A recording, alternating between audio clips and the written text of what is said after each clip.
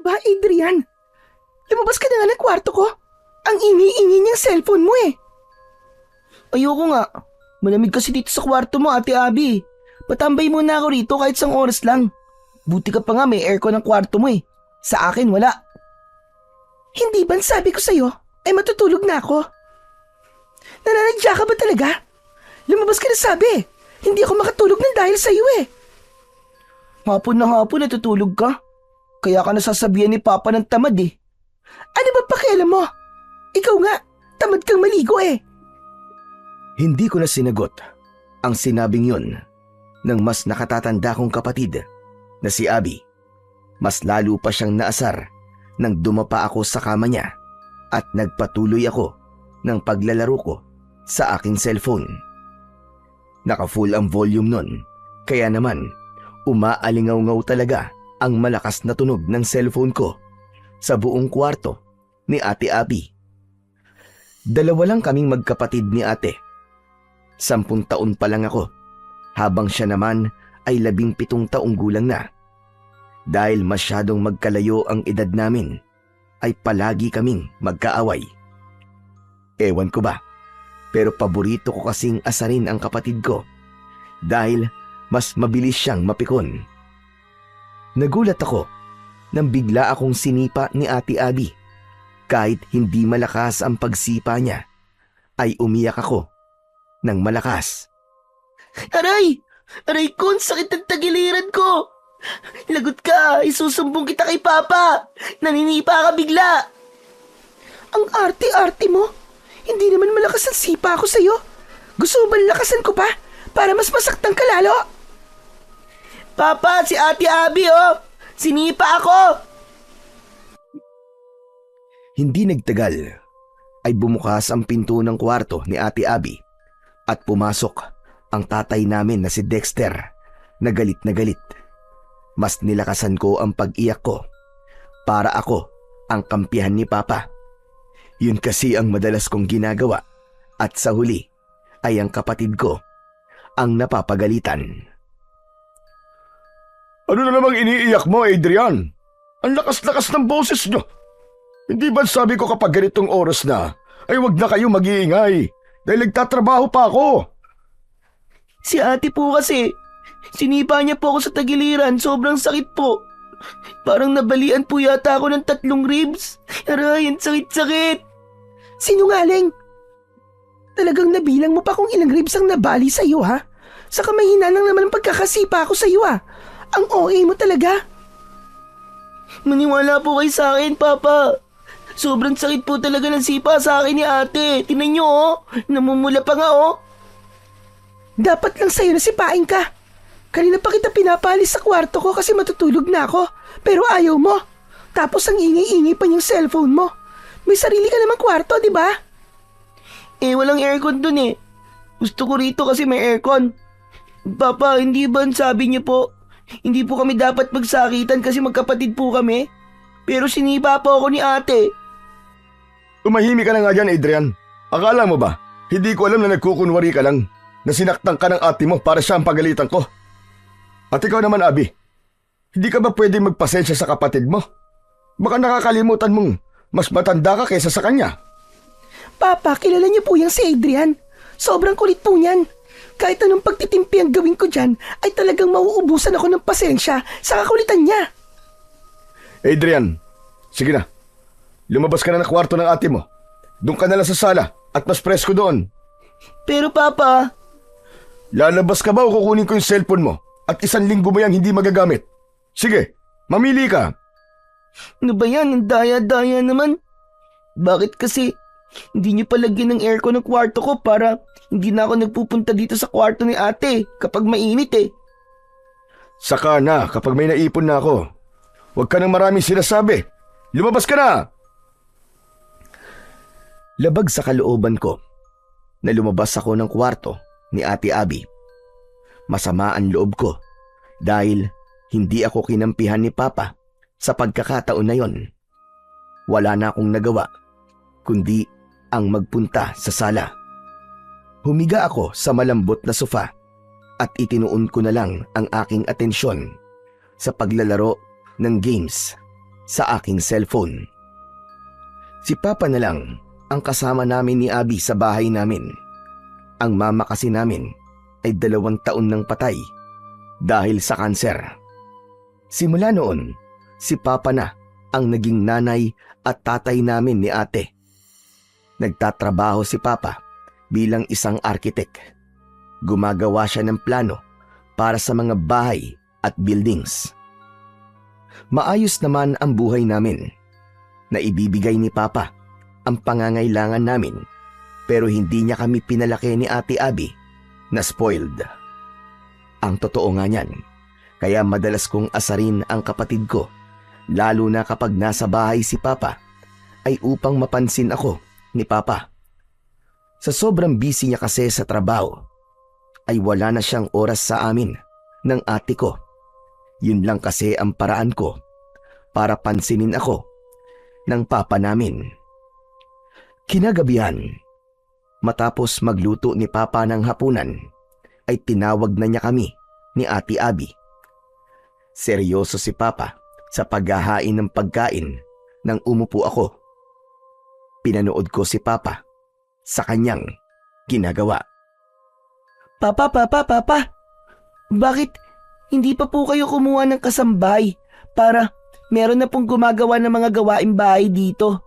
Saka yung pagluluto po, para hindi na po kayo napapagod.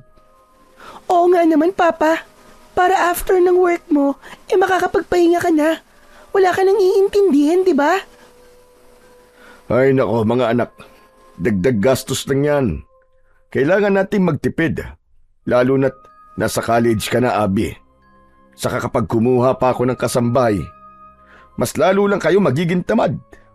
Hindi kayo matututo sa mga gawain dito sa bahay. Lalo ka na, Abby, dalaga ka na. Aba, kahit yata pagsasaing hindi ka pa marunong. Yan, buti nga sa'yo ate, napagalitan ka tuloy. Ikaw din, Adrian, manahimik ka. Kahit lalaki ka at bata ka pa, ay kailangan mo ring matuto sa mga gawaing bahay. Ako nga, nung nasa ganyang edad ako, aba, marunong na akong magluto Ako rin ang nag-aalaga ng mga kapatid ko kasi ako ang panganay. Kayo rin ang mahihirapan pagdating ng araw kapag hindi kayo natuto ng mga dapat niyong matutunan. Tandaan niyo mga anak, hindi habang buhay ay magkakasama tayong 3. Kaya habang maaga pa, kailangan matuto na kayo. Wala nang nagsalita pa sa amin ni Ate Abby. Alam kasi namin na kapag marami nang sinasabi si Papa at sumagot pa kami, ay hahaba na naman ang usapan. Maya-maya pa ay umupo na si Papa at nagdasal muna bago kami kumain. Habang kumakain ay biglang nagsalita si Ate Abby. Papa, magpapaalam po pala ako sa inyo. Birthday po kasi ni Cheska next week. Sa Palawan po kasi siya magse-celebrate Kasama po ang iba pa naming friends.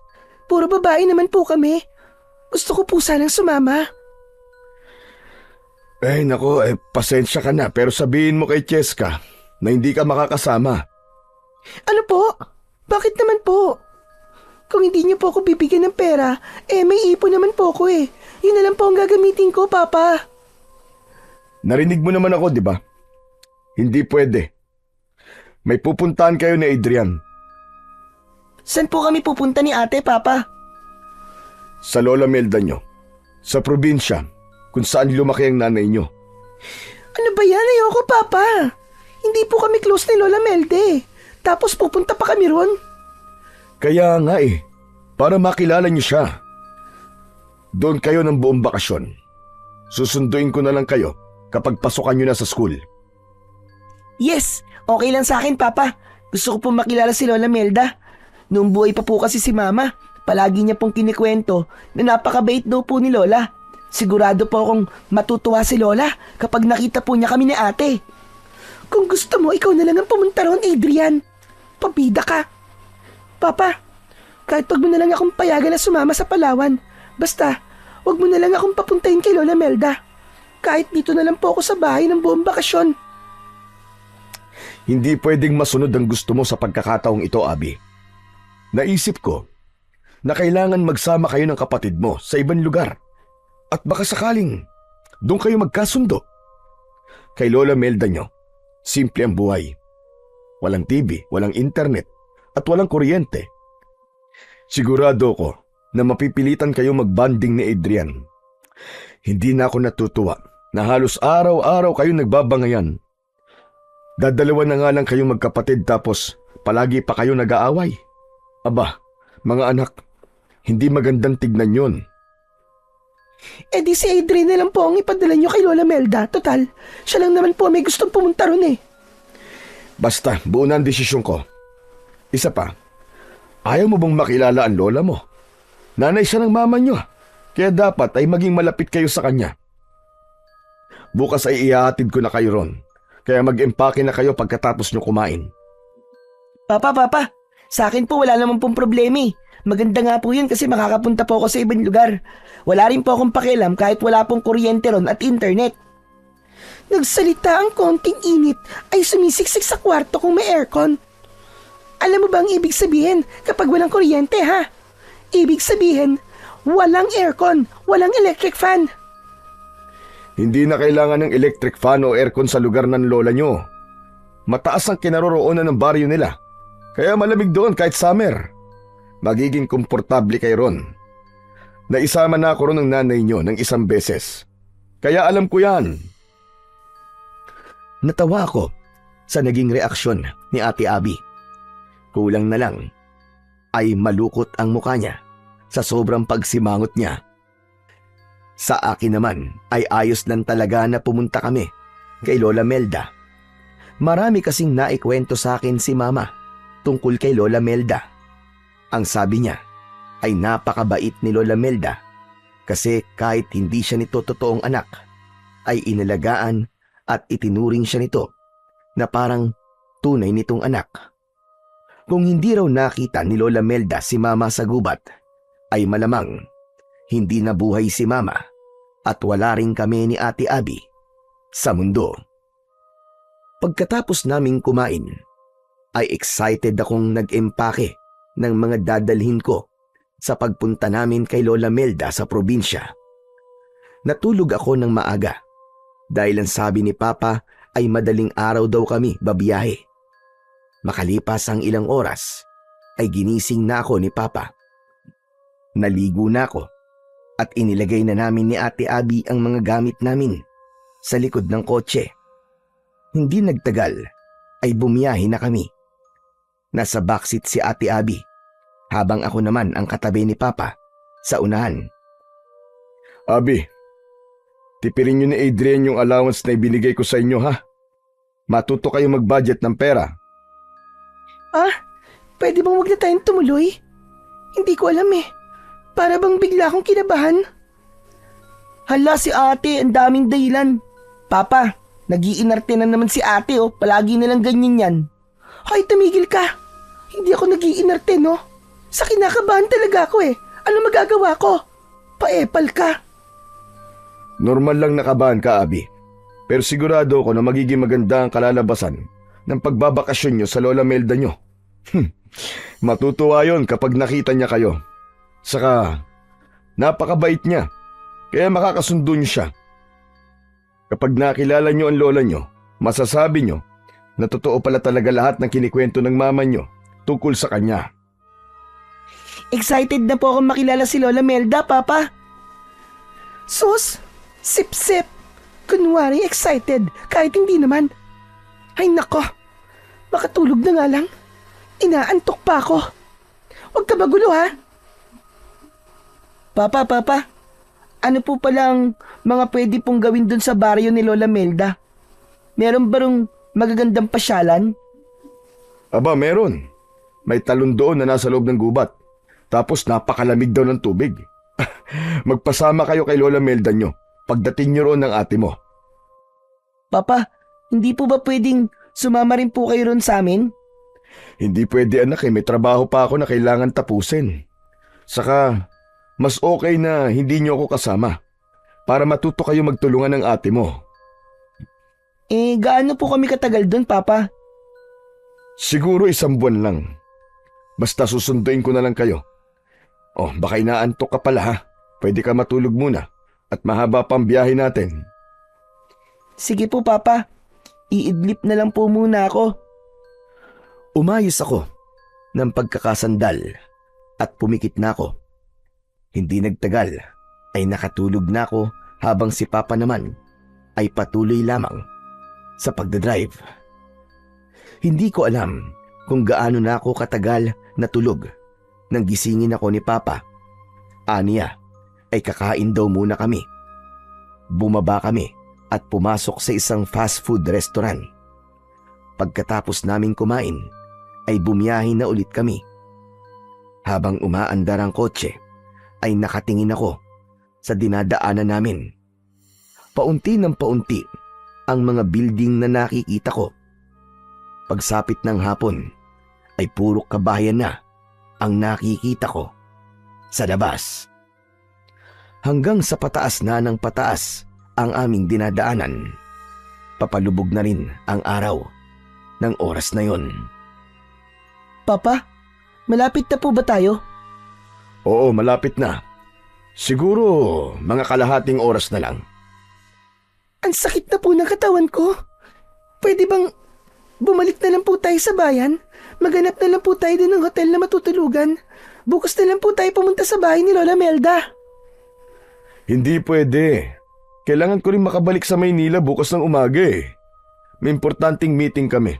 Kaya pagkatid ko sa inyo sa lola nyo, aalis na rin ako kaagad.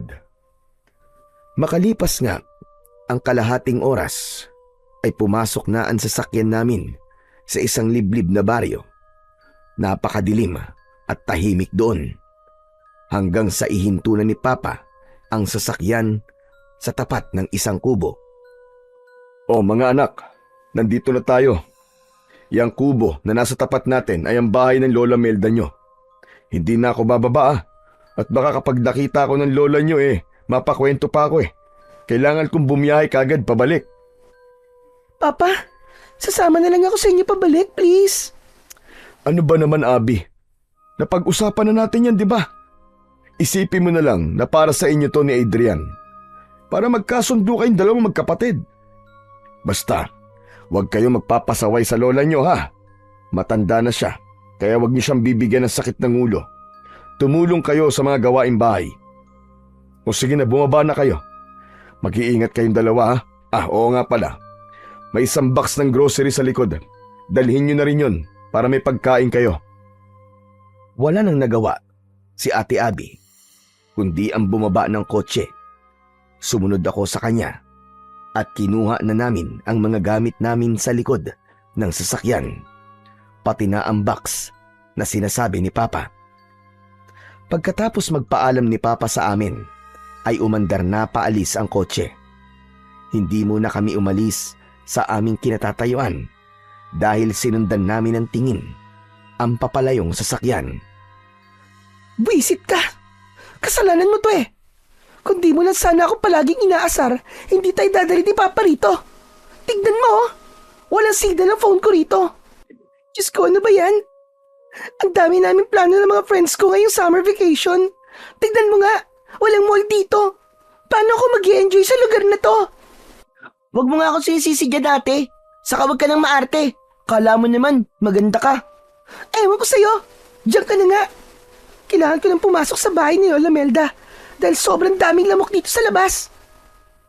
Naunang maglakad si Ate Abby papunta sa kubo. Sumunod ako sa kanya habang hila ko ang aking maleta. Ako ang kumatok sa pinto. Hindi nagtagal ay bumukas yun at isang matandang babae na may dalang lampara ang bumungad sa amin. Medyo maliit siya at may payat na pangangatawan. Puro puti na ang buhok niya na umaabot sa bewang niya. Alam ko na si Lola Melda yun dahil nakita ko na ang picture niya na nasa aming bahay. Sino kayo? At ano kailangan nyo sa akin? Lola Melda, ako po si Adrian at siya naman po si Ate Abby. Anak po kami ni Dexter at Maricel. Ano ka ba? Si Maricel? Kayo na nga ba yan? Ang aking mga apo? Opo, Lola Melda. Kami na nga po ito. Aba, ang lalaki nyo na. Huli ko kayong nakita ay ilang taon lang ang nakakaraan. Bata pa ang ate mo doon at ikaw naman ay sanggol pa. Lola Melda, pwede po bang sa loob na po tayo magkwentuhan? Pinapapak na po kasi ng mga lamok ang binti ko eh. Ay, pasensya na. O sige, pasok kayo. Pagpasensyahan nyo na at maliit lamang ang bahay ko. Tuluyan ng binuksan ni Lola Melda ang pinto.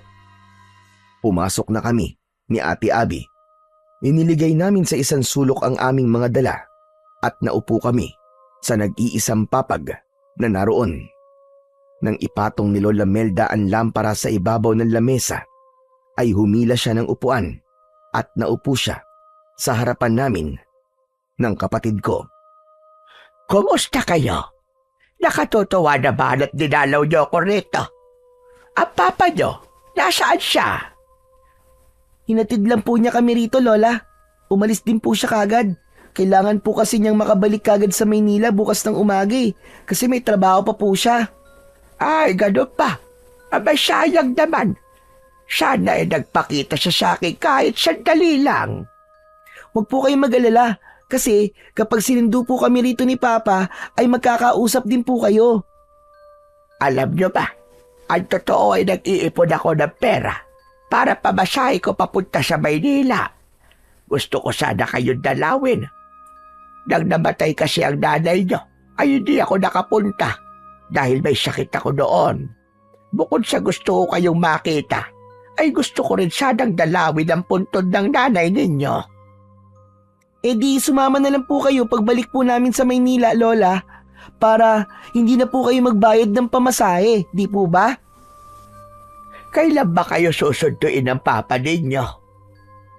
Ang sabi po kasi ni Papa baka 1 buwan daw po kami rito para daw po makilala ka namin ni ate. Nawala ang ngiti ni Lola Melda. Biglang naging seryoso ang mukha niya hanggang para na siyang natatakot. Isang buwan?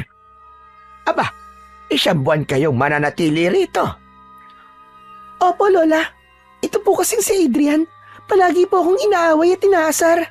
Napuno na po si Papa sa pag-aaway namin. At ang naisip niya pong solusyon para magkasundo po kami ni Adrian ay dalhin po kami rito. Para raw makapag-banding kami ni Adrian. As if makikipag-banding ako dyan, no? Mas gugustuhin ko pa nakausapin ng mga ibon at manok dito kesa dyan sa kapatid ko. Hindi rin naman kita gustong kausapin, ate. Parehas lang tayo ng nararamdaman. Talaga? Sandali lang.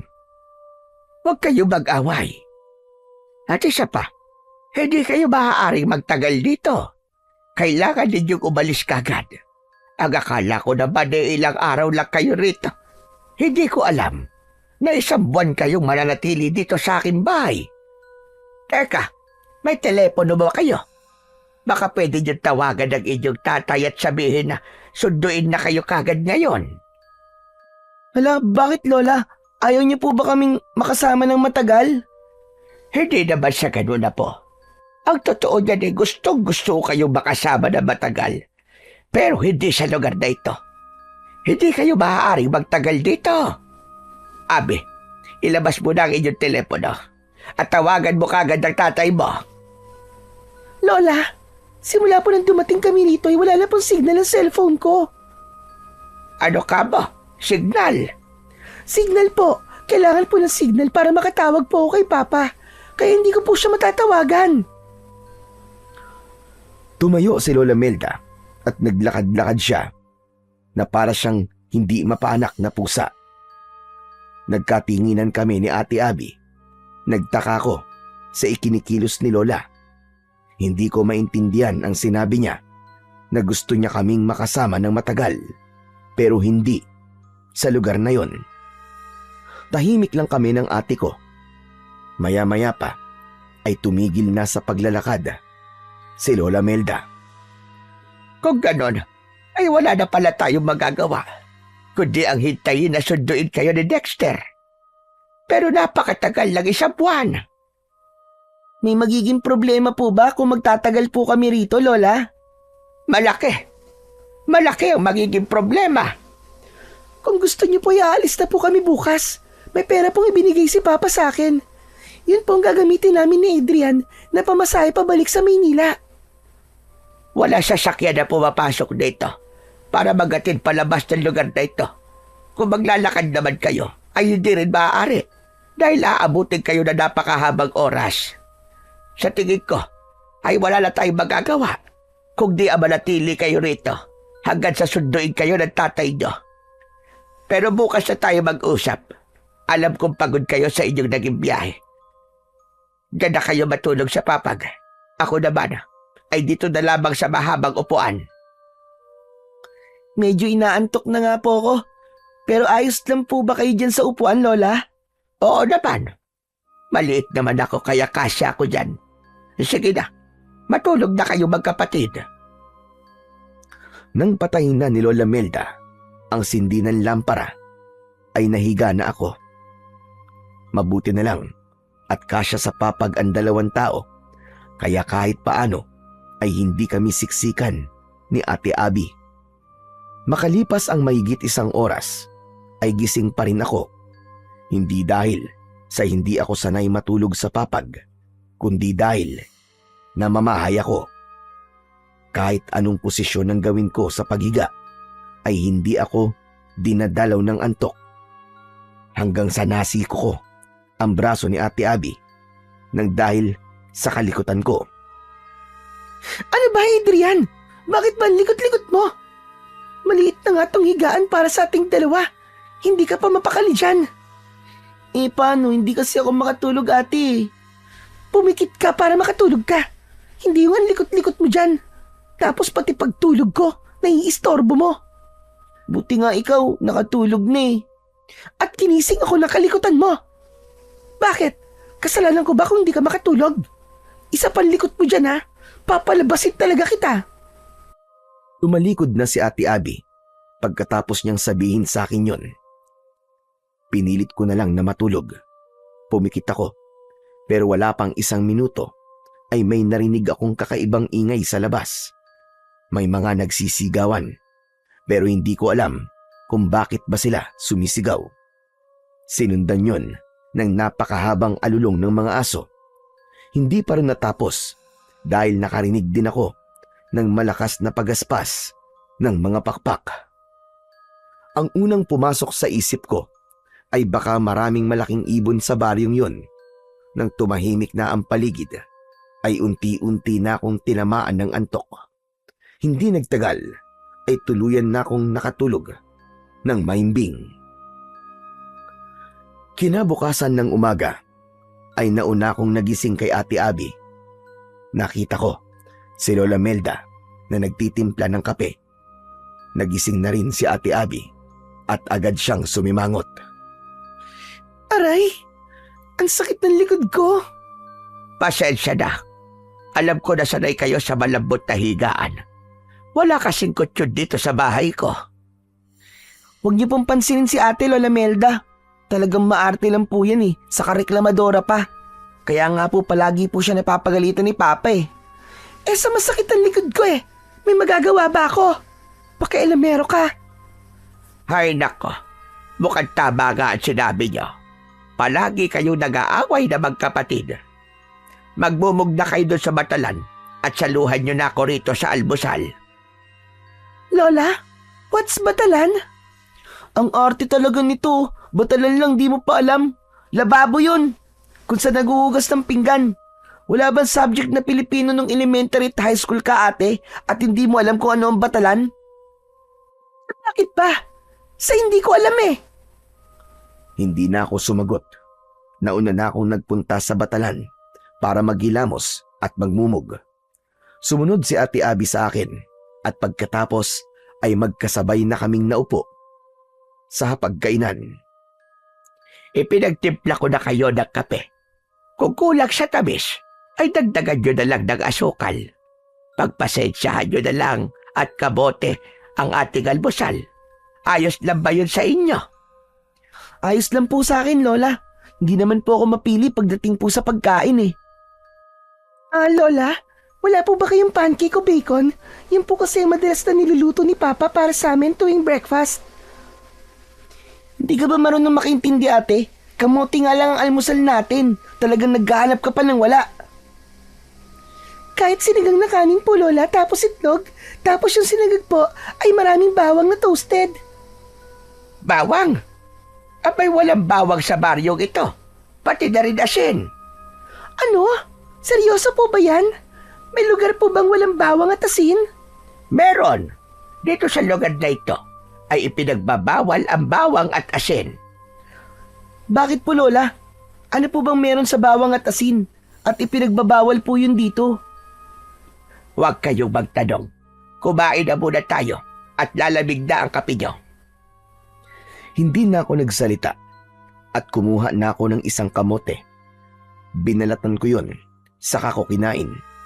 Pero habang kumakain ako, ay hindi naalis sa akin ang pagtataka kung bakit walang bawang at asin sa baryo ni na Lola Melda. Maya-maya pa ay napansin ko na nakasarado ang bintana at pinto, kaya pala medyo madilim sa loob. Napansin din yon ni Ate Abby at siya na ang nagsabi nun kay Lola Melda. Wait lang po bubuksan ko lang po ang pinto at bintana para lumiwanag. Wag! Nagtatakang nagkatinginan kami ni Ate Abby sa pagsigaw na yon ni Lola Melda.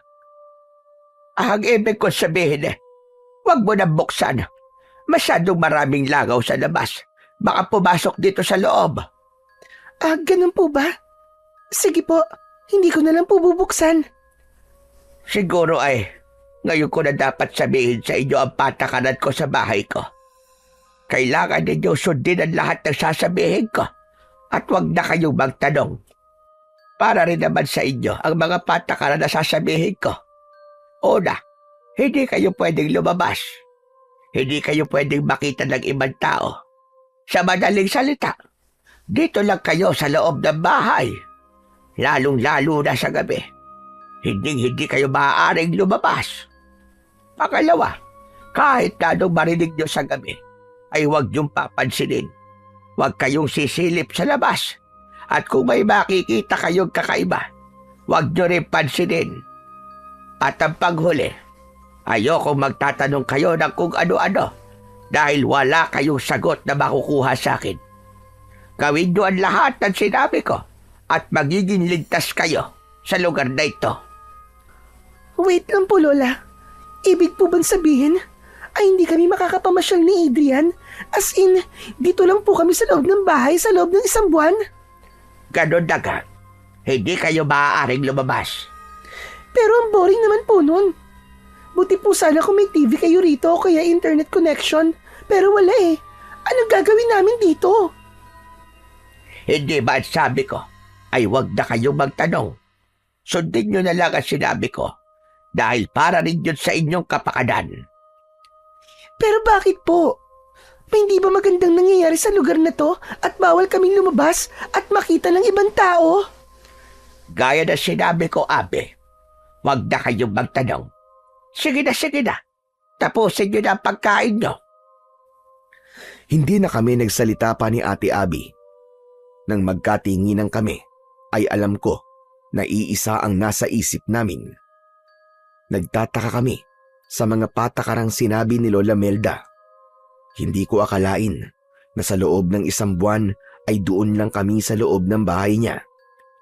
Para sa akin ay hindi ganoong bakasyon ang iniisip ko. Ang buong akala ko pa naman ay makakagala kami sa lugar na yon. Pero base sa mga sinabi ni Lola ay mukhang hindi yon mangyayari. Pagkatapos naming mag-almusal ay nagpaalam sa amin si Lola Melda. Aniya ay magtutungo siya sa taniman nito ng gulay upang kumuha ng kakainin namin mamayang pananghalian. Isinarado niya ang pinto pagkaalis niya. Humiga ako sa papag habang naglalaro ng isang offline games sa aking cellphone. Si Ate Abby naman ay hindi mapakali at panay ang lakad niya. Hindi ko magets kung bakit bawal tayong lumabas. Anong gagawin natin dito sa loob ng bahay ni Lola? Wala namang mapaglibangan dito. Wala ring internet. Paano ko malalaman ang ginagawa ng mga friends ko? Siguro merong mamamatay tao dito na gumagala, no? Kaya hindi tayo pwedeng lumabas. Ewan ko. Sabi ko na nga hindi na dapat ako pumunta rito. Kung alam ko lang na ganito ang sitwasyon dito, hindi na sana ako sumunod kay Papa. Nagmatigas na lang sana ako.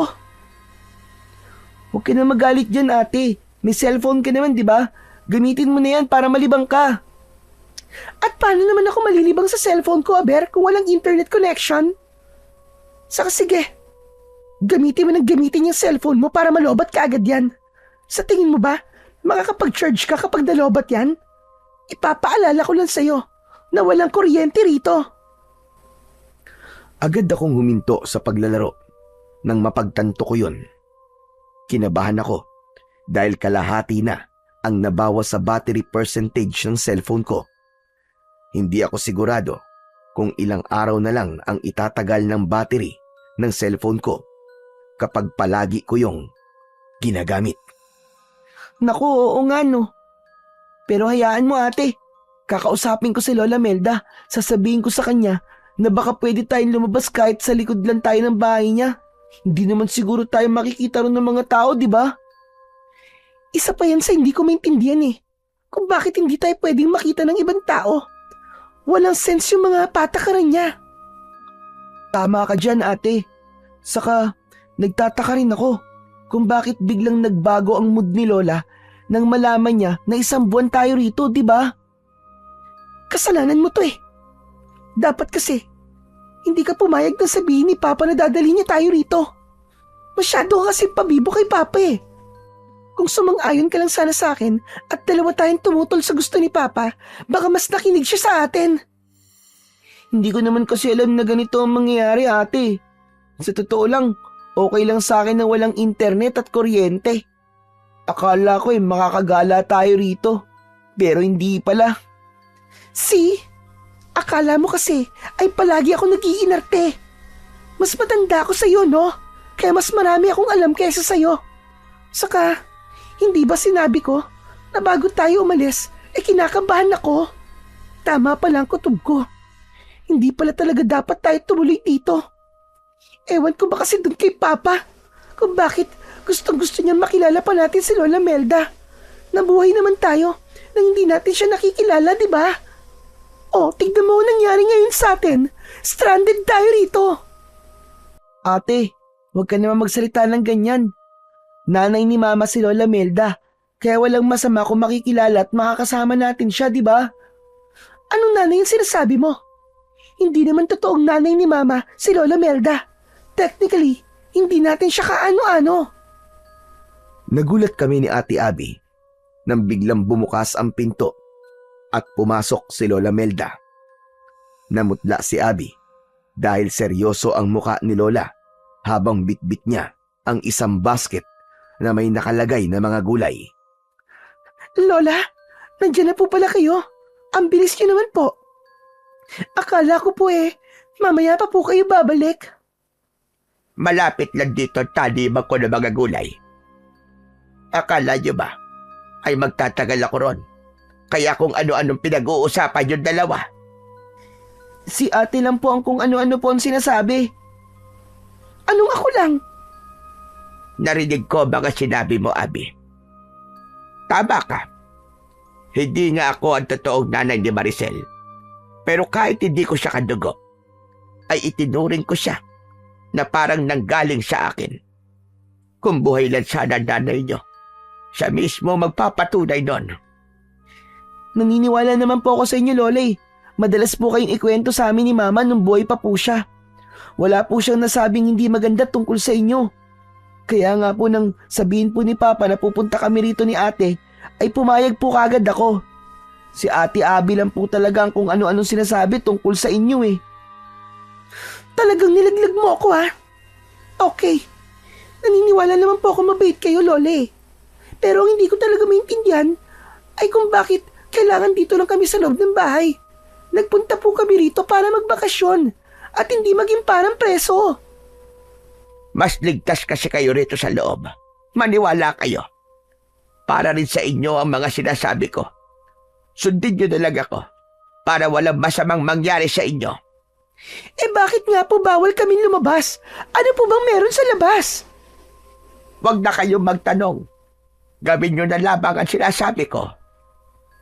Mas maganda po kung maiintindihan namin ng kapatid ko kung bakit bawal kami lumabas. Kaya please naman, Lola, sabihin niyo na po sa amin ang dahilan. Mas mabuting hindi niyo na lamang malaman. Mamaya na tayo mag-usap at lilinisin ko pa ang mga gulay na kinuha ko. Diretsong naglakad si Lola Melda sa batalan habang nagkatinginan kami ni Ate Abby. Napailing na lang ang kapatid ko habang ako naman ay nag-isip ng maaaring dahilan kung bakit hindi kami pinapalabas ni Lola ng bahay niya. Sa unang 2 araw namin sa bahay ni Lola Melda ay palagi kaming nasa loob ng bahay. Hindi namin tinangkang suwayin ang utos ni Lola Melda dahil baka magalit siya sa amin ni Ate Abby. Pero isang hapon, nang kami lang ni Ate Abby ang nasa bahay, ay napansin kong inip na talaga si ate. Panay ang lakad niya at hindi naaalis ang pagsimangot sa kanyang muka. Hanggang sa nainis na nagsalita si Ate Abby. Ay, ano ba yan? Naiinip na ako. Wala na akong ibang nakikita kundi ang 4 na sulok ng bahay na ito at ang nakakabwisit mong mukha, Adrian. Ako rin naman nabibwisit na ako sa mukha mo, ate. Palagi ka kasing nakasimangot. Sino bang hindi sisimangot? Kung para tayong preso na nakakulong dito. Hindi ko na kaya. Lalabas na talaga ako. Kailangan ko maglakad-lakad. Kailangan ko makasagap ng sariwang hangin. Hindi ka pwedeng lumabas, ate. Baka mamaya mapagalitan ka ni Lola. Wala akong pakialam. Saka saglit lang naman ako Babalik agad ako bago pa bumalik si Lola Melda.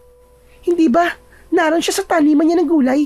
For sure, matatagalan siya bago makabalik. Naku, bahala ka nga sa buhay mo, Ate Abby.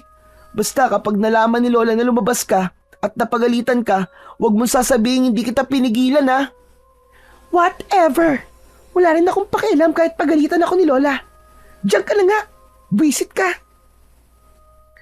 Hindi ko na pinigilan pa si Ate Abby nang buksan niya ang pinto at lumabas siya ng kubo.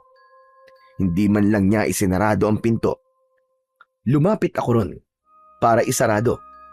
Pero nang isasarado ko na sana ang pinto, ay may nakita kong isang batang lalaki na may dalang saranggola na tumatakbo. Nakakaingit naman yung batang yun. Mabuti pa siya nakakapaglaro. Bakit kasi ayaw kaming palabasin ni Lola Yung bata nga na yun nasa labas. Mukhang hindi naman delikado sa labas Habang sinusundan ko ng tingin yung batang may dalang saranggola, ay mas tumindi ang inggit ko sa kanya. Hanggang sa naisipan kong sundan yung bata para samahan ko siyang magpalipad ng saranggola. Lumabas ako at pagkatapos kong isarado ang pinto, ay patakbo kong sinundan ang bata. Kahit mas maliit sa akin yung bata, ay napakabilis niyang tumakbo.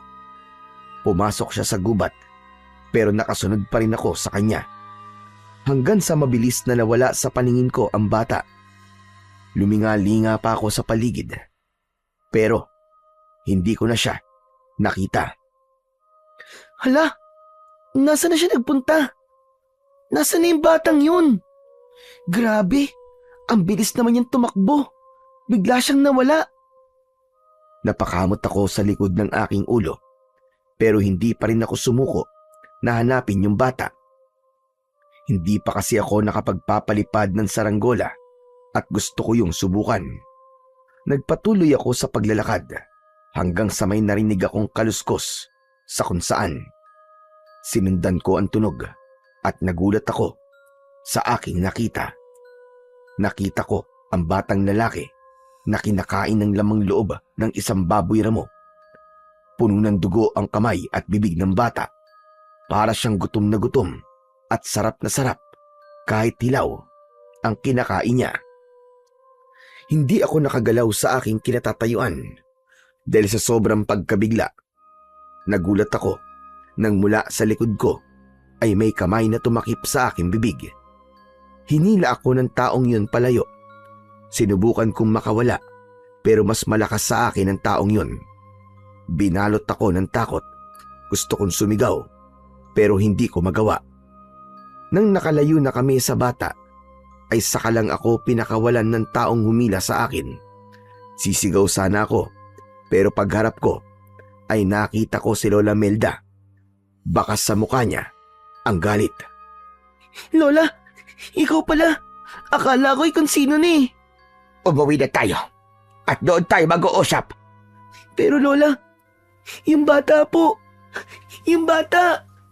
Hindi ka ba talaga marunong makinig? At sabi ko ay sa bahay na tayo mag-uusap. Nauna nang naglakad si Lola Melda at wala na akong nagawa kundi ang sumunod sa kanya. Napansin ko na nagmamadali ang lola ko sa paglalakad at halos hindi ko siya masabayan. Pagdating namin sa bahay ay naroon na si Ate Abby at kumakain siya ng suman. Buti naman at nakita mo siya, Lola. Salamat naman at ligtas ang kapatid ko. Adrian, hindi ba't sabi ko sa iyo ay hindi kayo pwedeng lumabas? Ganun ba kahirap ang pinapagawa ko sa inyong magkapatid? Kasi po Lola, nakita ko po yung bata na nagpapalipad po ng saranggola. Nainggit po ako sa kanya kaya sinundan ko siya eh. Kahit na, hindi ka pa rin dapat lumabas. Ganyan ba kayo pinalaki ng tatay niyo? Hindi kayo marunong sumunod sa sinasabi na mas nakatatanda sa inyo? Sorry na po Lola. Pero bakit ako lang po ang pinapagalitan nyo? Lumabas din naman po si Ate Abby ah. Hoy, wag ka nga sinungaling. Hindi ako lumabas, no? Di ba Lola, nang dumating po kayo dito, nandito po ako. May pasalubong pa nga po kayong suman eh. Hala, ikaw ang sinungaling ate.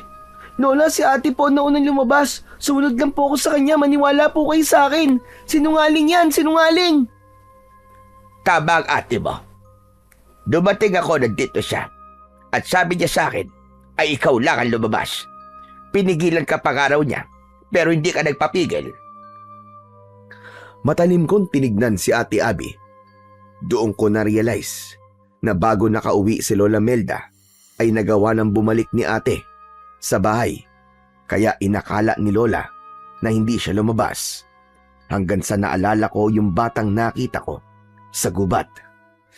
Pero Lola, yung ano po, yung batang nakita ko po sa gubat, bakit po siya kumakain ng baboy damo?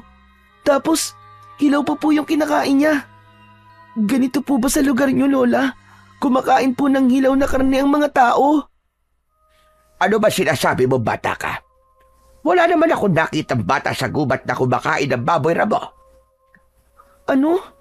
Paanong wala po, Lola Melda? Nasa harap lang po natin yung bata kanina, di ba? Hay nako, kung ano-ano tumatakbo sa imahinasyon mo. Iniiba mo lang ba ang usapan para mawala ang galit ko sa'yo? Hala sige, diyan na muna kayo at magsisimak lang ako ng kahoy sa labas. Sana naman ay ito na ang huling beses na susuwayin mo ako. Naiintindihan mo ba, ha Adrian? Opo, sorry na po ulit. Matapos yun, ay lumabas na si Lola Melda. Nang kami na lang ni Ate Abby ang nasa loob ng bahay, ay pigil na tumawa si ate na parabang nang aasar. Sabi ko naman sa'yo, di ba? Babalik ako bago dumating si Lola Melda. Ikaw kasi, lumabas ka pa eh. Nahuli ka niya tuloy. Ang galing mo talagang magsinungaling ate, no? Grabe ka. Ginawa ko yon para hindi ako mapagalitan. Dapat kasi ginagamit mong utak mo kahit minsan lang. Pero teka, ano yung sinabi mo kanina na may nakita kang batang kumakain ng baboy ramo? Totoo ba yon? O gawa-gawang kwento mo lang? Ate, maniwala ka. Pexman cross my heart. Totoong-totoo yun. Sinundan ko yung bata na may dalang saranggola. Pagpasok niya sa gubat, bigla siyang nawala. Tapos hinanap ko siya. Nang nakita ko ulit siya, ay kumakain na siya ng baboy ramo. Parang Siya pa nga mismo ang pumatay dun sa baboy damo na yun eh. Kasi puro dugo talagang kamay niya. Grabe ate, nakakatakot yung itsura niya.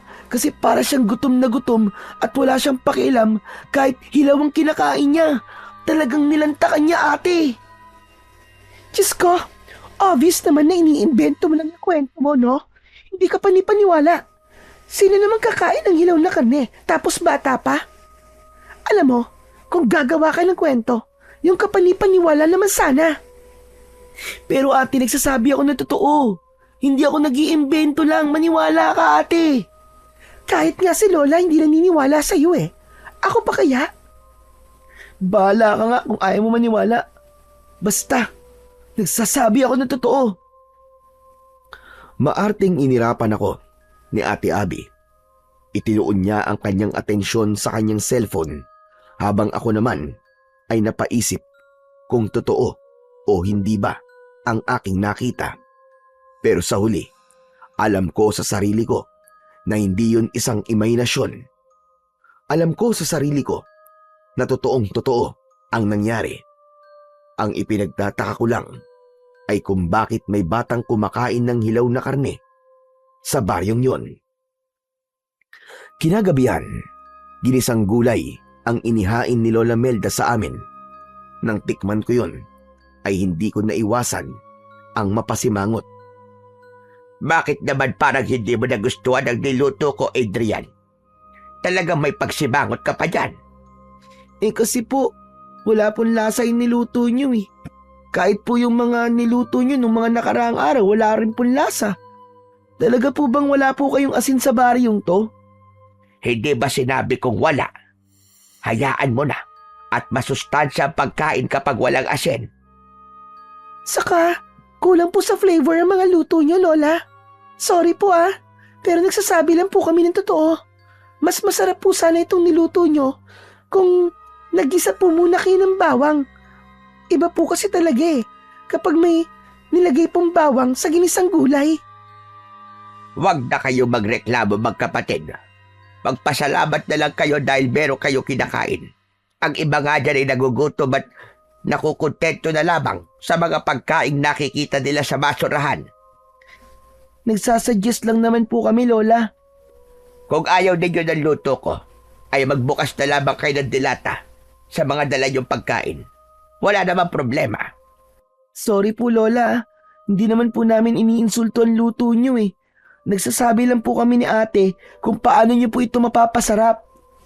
Ganyan luto na ang nakasanayan ko rito. Kaya magtiis kayo. Hindi na kami nagsalita pa ni Ate Abby. Naramdaman ko noong mga oras na yon na nasaktan si Lola sa mga sinabi namin tungkol sa luto niya.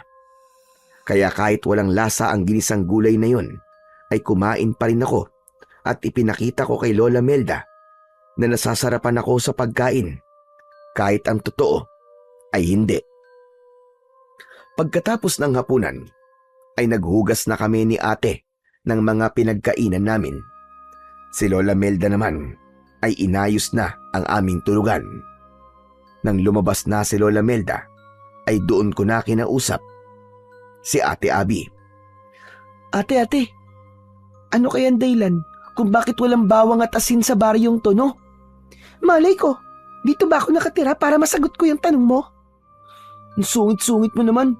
Nagtatanong lang naman ng tao eh. Hindi ko naman sagot okay? Pero sigurado ako na may malalim na dahilan kung bakit walang bawang at asin dito. Ano palang nangyari ate nung lumabas ka? Saan ka pala nagpunta nun? Wala naman. Nagdakad-lakad lang ako. Umuwi na kagad ako kasi ang sama ng tingin sa akin ng mga taong nakakita sa akin Para bang gusto nila akong saktan. Grabe, ang creepy nila. As in. Ibig sabihin, may nakakita sa'yo na ibang tao ate. Hala ka. Hindi ba ang sabi ni Lola ay hindi tayo pwedeng makita ng ibang tao sa lugar na to? Wala namang ginawa sa akin yung mga tao Bukod sa tinigdan lang nila ako na masama. Siguro, hindi lang sila sanay na makakita ng ibang tao rito. Kaya masasabi ko na okay lang si Lola sa pagbabawal sa atin na lumabas. Hindi naman ako sinaktan ng mga tao ate, baka kasi Hindi sa mga tao tayo pinag-iingat ni Lola. Eh saan naman? Sige nga, sabihin mo. Ewan ko ate Pero simula nung nakita ko yung bata na kumakain ng baboy ramo, ay nagkaroon na ako ng masamang pakiramdam sa lugar na to. Kung pwede nga lang na umalis na tayo rito ngayon Aalis na kagad tayo Sa tingin mo ba makakaalis tayo kagad? Makakaalis lang tayo rito kapag sinundo na tayo ni Papa. Saka ikaw kaya ang may gustong pumunta rito, di ba? Tapos ngayon, gusto mo nang umuwi? Ewan ko sa'yo. Ate, hindi ko kasi ini-expect na ganito ang lugar na to tapos ayaw pa tayong palabasin ni Lola. Akala ko kasi ay kagaya ito ng mga probinsyang napapanood ko sa TV. Yung bang maraming batang naglalaro sa labas, tapos pwede akong sumali sa kanila, maglalaro ng tagu-taguan, ng tumbang preso. Yung maraming pwedeng puntahan, gaya ng dagat o kaya bundok. Kahit nga yung talon na sinasabi ni Papa na nasa loob ng gubat, hindi pa natin napupuntahan kasi nga bawal tayong lumabas Naputol ang pag-uusap namin ni Ate Abby nang pumasok na si Lola Melda. Hindi kasi niya pwedeng marinig ang pinag-uusapan namin ni ate dahil baka kung ano pa ang isipin niya at magalit na naman siya sa amin. Mabait naman si Lola Melda pero parang napakarami niyang hindi sinasabi sa amin ng kapatid ko. Nang sumapit na ang 9:00 ng gabi ay humiga na kami. Hindi nagtagal ay nakatulog na kami ni Ate Abby. Makalipas ang ilang oras ay nagising ako dahil kailangan kong gumamit ng banyo. Kinapa ko ang posporo sa lamesa at sinindihan ko ang lampara. Dinala ko ang lampara sa banyo at nang natapos na akong umihi ay naglakad na ako pabalik sa papag. Sandali akong natigilan nang makita kong wala si Lola Melda sa mahabang upuan kung saan siya natutulog. Hindi ko alam, pero bigla akong kinabahan ng mga sandaling yon. Ganun pa man, inisip ko na lang na baka lumabas lang siya para magpahangin. Pinatay ko na ang sindi ng lampara at bumalik na ako sa pagkakahiga. Pero nahirapan akong makatulog. Lumipas pa ang 1 oras pero hindi pa rin bumabalik si Lola Melda. Hanggang sa nagdesisyon na akong gisingin si Ate Abby. Marahan ko siyang tinapik sa braso. Ate, gising! Ate, gising! Ano ba, Adrian?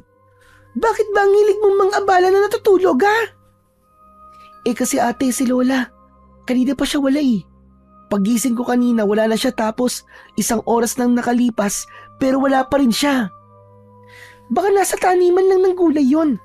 Matulog ka na lang dyan. Ikaw talaga napaka-istorbo mo. Pero hindi naman siya nagpupunta sa taniman ng gulay ng ganitong oras, ate. Madaling araw na kaya. Di baka nagpapahangin? Baka hindi siya makatulog, kaya naglalakad-lakad siya. Hindi, ate. Kinakabahan kasi ako Baka kung ano na nangyari kay Lola. Hanapin kaya natin siya sa labas. Ayoko nga. Kung gusto mo, ikaw na lang. Total, ikaw naman na nakaisip.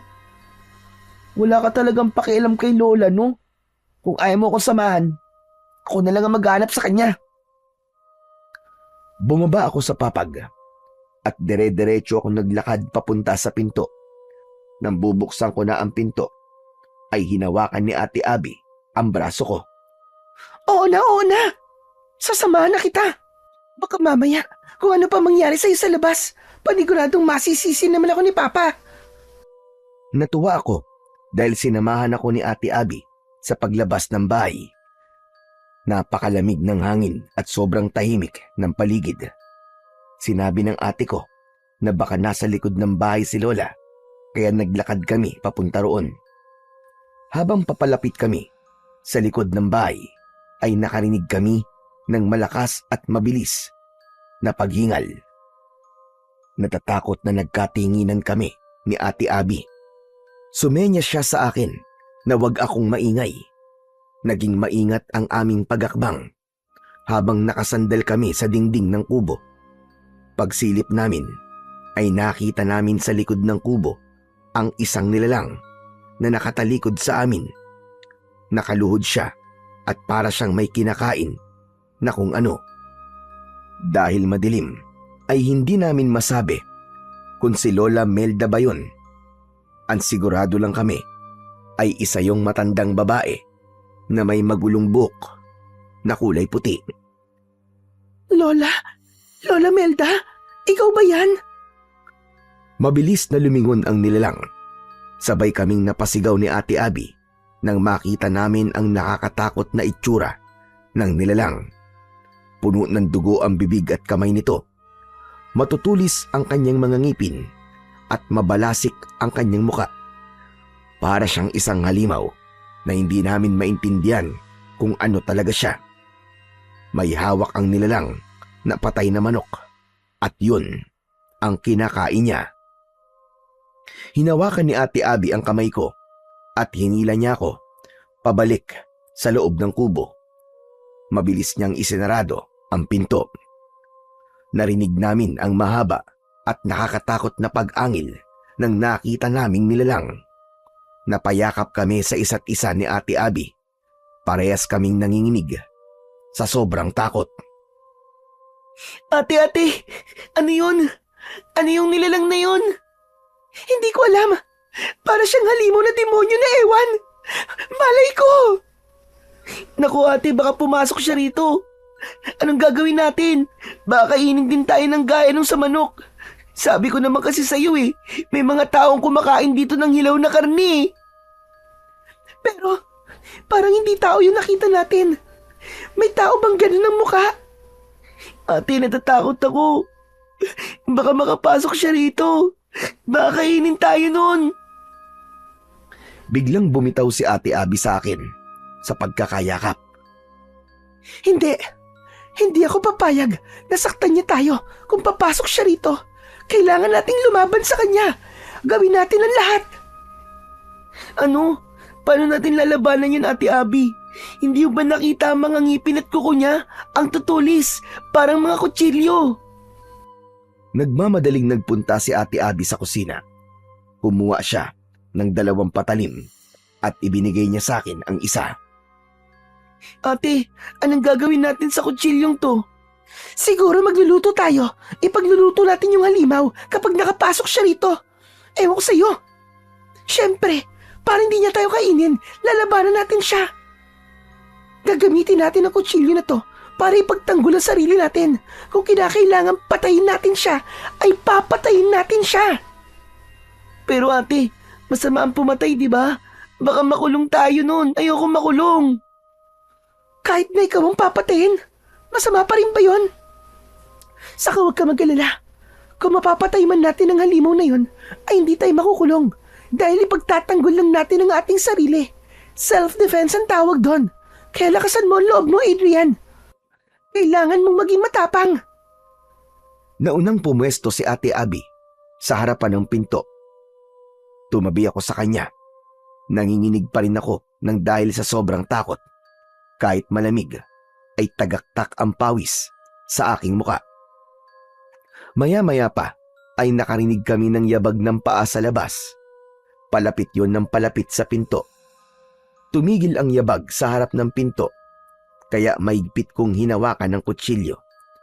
Tinignan ko si Ate Abby. Hindi niya inaalis ang tingin sa pinto at nakatutok doon ang kutsilyong hawak niya. Hanggang sa bumukas ang pinto, sabay kaming napasigaw ni ate sa sobrang takot at gulat. Hoy! Ano't sumisigaw kayong dalawa? Ako ito! Sa sobrang tuwa ko na makitang ligtas si Lola Melda, ay tumakbo ko sa kanya at mahigpit ko siyang niyakap. Lola, buti na lang at buhay pa po kayo. Akala ko po kung ano na po nangyari sa inyo At bakit naman ganyan na sinasabi mong bata ka? Ano bang iniisip mo? Na mamamatay ako? Kasi po, nagising po si Adrian na wala kayo. Kaya po lumabas kami para hanapin kayo. Tapos Lola, may nakita po kaming parang halimaw sa likod ng bahay niyo. Nakakatakot po ang itsura niya. Para po siyang tao, pero sigurado po kami na hindi po siya tao. Ano ba sinasabi mo, Abi? At hindi kita maintindihan. At bakit kayo may hawak na kutsilyo? Natatakot po kasi kami, Lola Melda. Akala namin ipapasok dito yung halimaw na yun eh. Kaya ang sabi po ni ate, kailangan daw ipagtanggol namin ang aming sarili. Ay, nako. Kayo talagang magkapatid. Kung ano-ano na lamang ang nakikita nyo. Napakalakas talaga ng imahinasyon yung dalawa. Hindi po yun imagination, Lola. Nakita po talaga namin yung halimaw. Totoo po. Kumakain pa nga po siya ng manok eh. Nagsasabi po kami ng totoo, Lola Melda. Maniwala naman po kayo sa amin. Sigurado ako, nakakagising nyo lang nang nakita nyo at sinasabi nyong halimaw. Minsan kasi, kapag bagong gising ang isang tao, ay kung ano-ano ang nakikita niya. Hala, sige na. Ang mabuti pa ay bumalik na kayo sa pagtulog. Sige na, sige na. Pero Lola Melda, Adrian, ayaw nyo naman siguro na magalit ako, hindi ba? Sundin nyo na lang ako. Sige na, matulog na kayo uli. Bagsak ang balikat na bumalik ako sa papag para humiga. Isinarado na ni Lola Melda ang pinto at ibinalik niya ang mga kutsilyo sa kusina. Nang tumabi na si Ate Abby sa akin, ay pinilit kong matulog. Pero hindi ko magawa. Nasa isip ko pa rin kasi ang itsura nung nakakatakot na halimaw na nakita namin kanina. Natakot ako na baka hanggang sa panaginip ay makita ko siya. Pagsapit ng umaga, pagkatapos naming kumain ng almusal, ay umalis si Lola Melda para pumunta sa kanyang taniman.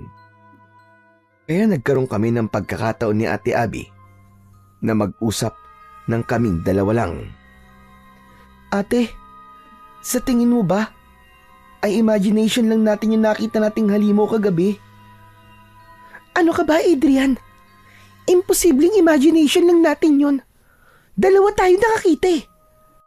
Pero kung ako, o kaya ay ikaw lang ang nakakita, posibleng imagination lang yun.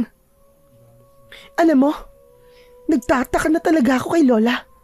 Parang palagi niya sinasabing hindi totoo ang mga kakaibang bagay na nakikita natin sa lugar na ito.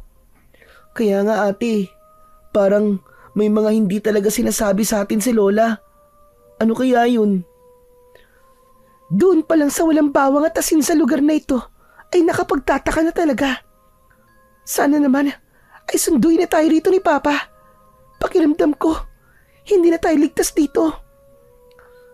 Bakit pa kasi tayo dinala dito ni Papa eh? Hindi niya siguro alam ang mga kakaibang nangyayari rito. Kasi kung alam niya lang malamang, hindi niya tayo dadalhin dito.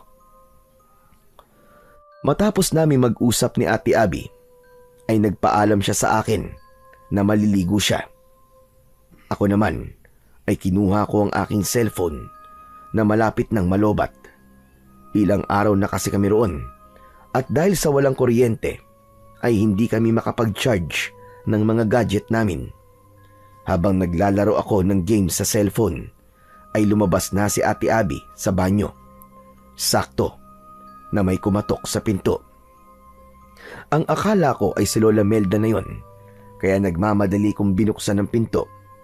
Pero nagulat ako nang isang matandang lalaki ang nasa labas. Agad siyang ngumiti ng napakalaki. Kahit nakangiti siya, ay may takot akong naramdaman sa kanya.